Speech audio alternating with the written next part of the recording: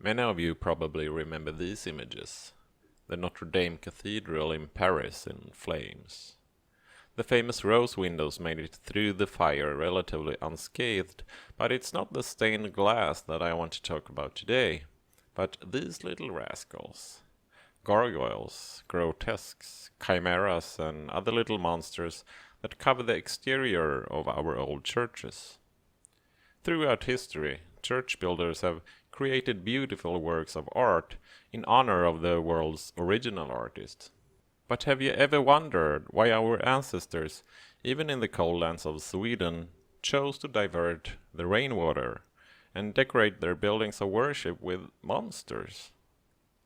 The first thing that we ought to pay attention to is that the gargoyle always sits on the outside of the church, facing outwards. To put the gargoyle at the center of the church would have been unthinkable. There we find the cross, the pulpit, or the altar, depending on the tradition. The monster's place was on the outer wall, on the borders between the interior of the church and the outside world. And this idea, that monsters belong in the Borderlands, is not an exclusively Christian notion. For example, during the chaos following the Great War, the Italian thinker Antonio Gramsci wrote that, and I quote, "The old world is dying, and the new world struggles to be born. Now is the time of monsters." The monster that Gramsci was referring to was Mussolini, and the borderlands between the old and the new was a so-called interregnum, a political vacuum that arose in antiquity between the death of the emperor and the coronation of his successor. And I'll come back to this idea of the borderland as I ponder the role of the monster in the stories of Christianity. But before I do that, I'd like to start out by defining what kind of monsters I'm referring to. Monsters can be projections of our fear of the unknown, creatures hiding under the bed, sea monsters in the deep, or aliens in the unexplored outer space. They can also arise when society gets polarized. When political differences create uncrossable chasms and the distance between us becomes too great, we no longer recognize our opponents as fellow human beings, and so they turn into the silhouettes of monsters. But in this video I'd like to focus on a different kind of monster, namely the monster that appears in the borderlands between two worlds. But let's start with the actual word, monster. Monstrum in Latin comes from the word monere, which means to warn, or possibly monstrare, which means to show. For the heathens, a monstrum was a sign from the gods. It could be an omen in the form of a misshapen animal. And in both Swedish and English, the connotation of showing something is retained in the word demonstrate. To demonstrate is to dissemble the monster into something that we can handle more easily, something that we can perceive and understand. And so I think there is a connection between the monster and to heed warning, or to show something unknown that we do not yet understand. Perhaps C.S. Lewis thought along similar lines when he wrote, and I quote, "We must never avert our eyes from those elements in Christianity which seem puzzling or repellent, for it will be precisely the puzzling or the repellent which conceals what we do not yet know and need to know." And so in this video I'd like to tell you two very old stories that some of us might find a bit puzzling or even repellent. The first one is the legend of Saint Christopher, whom I was introduced to by Jonathan Pageau. You can find a link to his channel in the description below. And the version that I'm going to tell you is from the 13th century legendarium Golden Legend. And I like to compare this story to a passage from the New Testament, because both of these narratives have a fascinating theme in common, namely that the stranger can at times seem like a monster, but sometimes quite unexpectedly show us the path to salvation. Saint Christopher was originally called Reprobus, which means outcast or a man destined for damnation. He is described as a giant with a hideous face, and sometimes he's even been depicted with the head of a dog. In the legends, Reprobus is thus portrayed as a kind of human monster, something puzzling and repellent. Anyhow, Reprobus wanted to serve the most powerful lord in the world, and so he decided to offer his service at the king's court. Now, this king was a Christian, and every time someone mentioned the devil, he quickly made the sign of the cross. When Reprobus asked him what the sign meant, the king didn't want to answer. But when Reprobus threatened to leave the court, the king eventually admitted that he made the sign of the cross because he was afraid that the devil might hurt him. Reprobus said to the king, "So you're afraid of the devil? Then he has to be much more powerful than you. I want to serve the most powerful lord in the world. I intend to seek out this devil you are speaking of, and make him my new master." And so Reprobus left the king in search of the devil. And out in the wilderness he encountered a group of warriors. Reprobus told them, "I'm trying to find the devil, to make him my master." The leader of the band smiled and said, "I'm the one you're looking for." Hearing this, Reprobus swore an oath to the devil and became his servant. A few days later, they arrived at a village where somebody had put up a cross.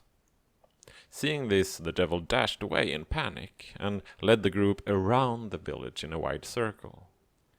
When they had reached the other side, Reprobus asked him what he was so afraid of, but the devil remained silent.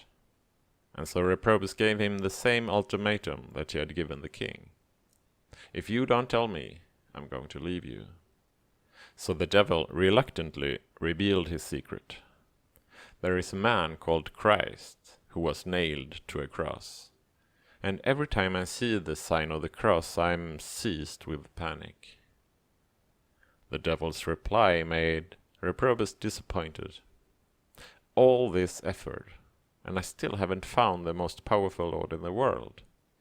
I intend to seek out this Christ you are speaking of. Farewell." Reprobus searched long and well, and finally he met a hermit out in the desert. The hermit told him that he knew Christ, and that he could teach Reprobus about the Christian faith.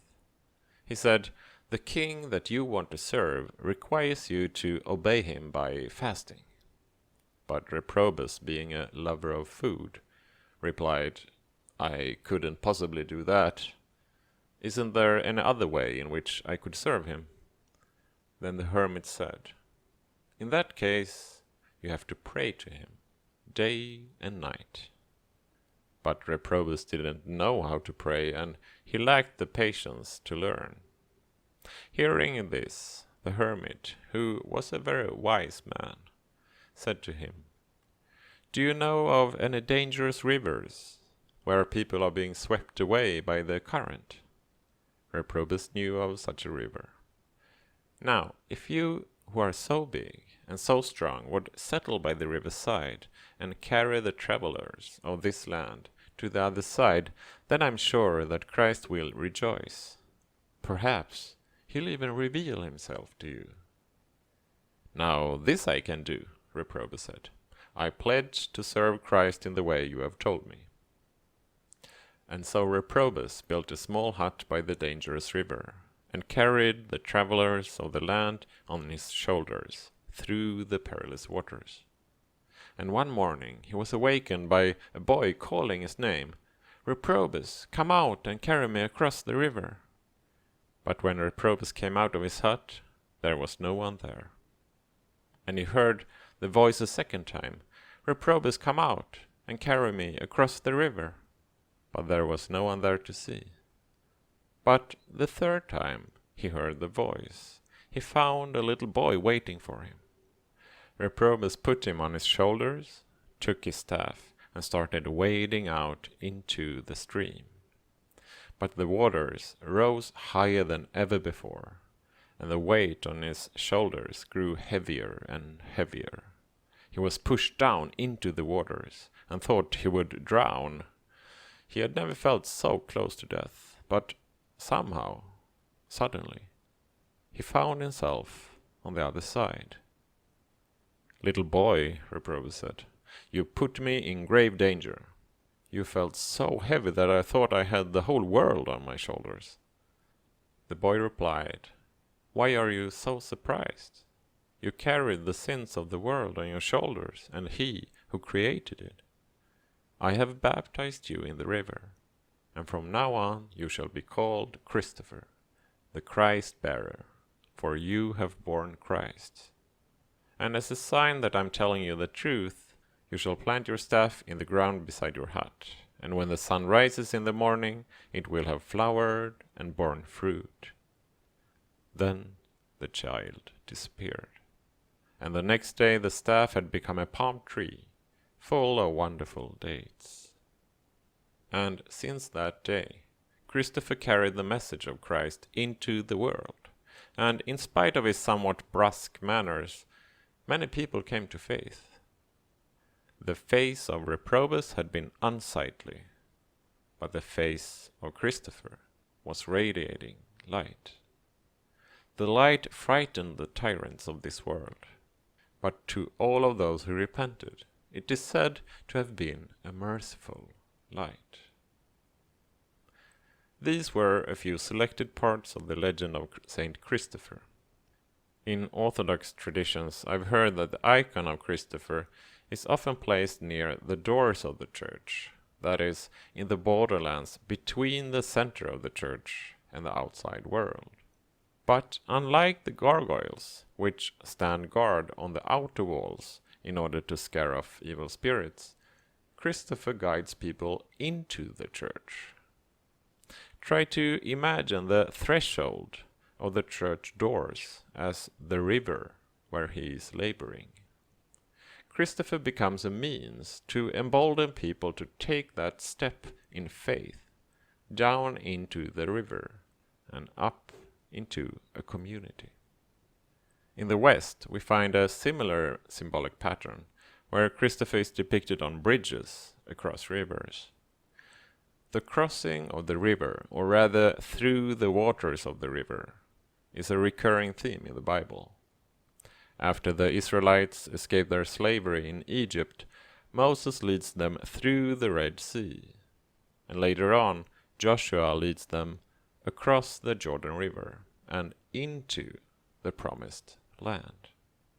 Once again, we could see the river as the threshold between our old life and a new life, in which the Bible calls the kingdom of God. And through this baptism in the river, somewhere in the borderlands between two stories, our sins are washed away by the stream. So, now we've gotten to know Saint Christopher, and some of the themes of his life remind me of a well-known individual in the New Testament. I'm thinking of Saint Paul, or perhaps I should call him Saul, as he was known before he became an apostle. The first time we encounter Saul in the narrative is sometime after the crucifixion of Jesus. We enter the story just as the first Christian martyr, Stephen, is being dragged out of the city to be stoned to death by the priests of Jerusalem. And as the stones are raining down upon him, he falls to his knees and cries out, "Lord, do not hold this sin against them." And with those words, he dies. In the background, the young Saul watches the spectacle. He approves of the killing, and from that day he starts to persecute the Christians of Jerusalem. Saul goes from house to house, dragging off men and women, and puts them in prison. And many years later, as he reflects upon this period of his life, he says that he intensely persecuted the church and was more zealous than anyone in trying to destroy it. In the eyes of the first Christians, Saul must have seemed like a human monster. He He was burning with the zeal. And remember, this is no peaceful zeal. As the New Testament scholar Wright puts it, the first century Jew's zeal was something you did with a knife. Saul has no problem in resorting to violence in order to crush all forms of heresy and force his countrymen to follow the Jewish law. And when he hears rumors of Christians hiding in Damascus, he seeks out the high priest and asks for letters to take them as prisoners to Jerusalem. Saul gets his authorization, but on the road to Damascus, suddenly a light from the heaven flashes around him. He falls to the ground and hears a voice saying, "Saul, Saul, why do you persecute me?" He asks, "Who are you, Lord?" "I am Jesus, whom you are persecuting. Now get up and go into the city, and you will be told what to do." The men traveling with Saul stands there speechless. They hear the sound but do not see anyone. Saul gets up from the ground, but when he opens his eyes, he cannot see anything, and so they lead him by the hand into Damascus. For 3 days he is blind, and he neither eats nor drinks. In Damascus there is a Christian disciple called Ananias, and we're told that he has a vision in which God tells him to seek out Saul and place his hands on him. Ananias feels quite understandably uneasy about this task. He has heard of Saul persecuting his friends in Jerusalem, but God tells him, "Go, this man is my chosen instrument." And so Ananias takes courage and seeks out this fanatic. He greets Saul like a brother, places his hands on him and prays for him. Immediately something like scales fall from Saul's eyes and he can see again. He gets baptized right away, and this becomes the start of his new life as an apostle of Christ. Saul had went to Damascus to imprison Christians. He had been murderous and self-righteous. In some ways you could say that he had served the devil, just like Jacobus. But the encounter on the road between Jerusalem and Damascus reshaped his entire worldview. Saul's zeal to root out heretical teachings is transformed into a zeal to proclaim Christ. Just like Jacobus, he crosses the borderlands and goes from being a monster and a persecutor to become a preacher and a Christ-bearer. Now, you might wonder, what are we supposed to learn from the stories of Paul and Christopher? Personally, I'm struck by the change of direction in their lives. Even though they lived facing away from the center, facing away from Christ, just like the gargoyles of Notre Dame, Jesus wanted to use them as his instruments. Jacobus and Saul were feared by many, but the hermit in the desert and Ananias of Damascus had the courage to face the unknown. I think this could be a valuable lesson for many of us today. When we encounter something puzzling or repellent, like an eccentric person or a bizarre situation, we should never avert our eyes. Because it might be the case, just like C.S. Lewis hints at, that it's precisely the oddities of life which conceal that which we need to learn. Another thing that fascinates me is the image of the river as the threshold into the church. Because when we cross the river, this mysterious borderland between two worlds, or between two worldviews, it is said that we are baptized into Christ himself. This way of thinking has its origin in a view that the members of the church constitute the body of Christ. And so when individuals come together in unity and seek to imitate Christ, the very work of Christ himself is manifested in human history. Saint Christopher was one of those individuals who was longing to belong to Christ the Lord, who chose to participate in the drama that takes place in the outer borderlands of the church. He helped people cross the river by carrying those who couldn't find solid footing, and holding the hands of those who might be swept away by the strong currents of life. And in this very practical work, helping those in need, he finally met the one he was looking for, and became a Christ bearer.